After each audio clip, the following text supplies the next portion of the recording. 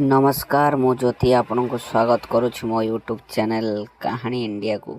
आसंतु जानिबा आज पारादीप बंदर विषय केबे और केमिति निर्माण होइथिला। एहा ओडिशार जगतसिंहपुर जिल्ला रे अवस्थित। एहा ओडिशा एक प्रमुख बंदर कहले अच्युति हेब नाही। सेतबेलर चीफ मिनिस्टर विजु पट्टनायक को स्वप्न थिला ओडिशा को एक शिल्प समृद्ध राज्य भावे करिवा पई। सेथिपई से पारादीप बंदर स्वप्न देखिथिले। यह साकार होइथिला 1962 मसीहा जनवरी 30 तारिख रे यार कार्य आरंभ होइथिला। 1966 मसीहा रे यार कार्य समाप्त होइथिला। यह भारतर 8तम सबुठारु बड़ पोर्ट भावे गणना करागला एवं पूर्व भारतर प्रथम डीप वाटर पोर्ट। यह बंगोपसागर रे अवस्थित।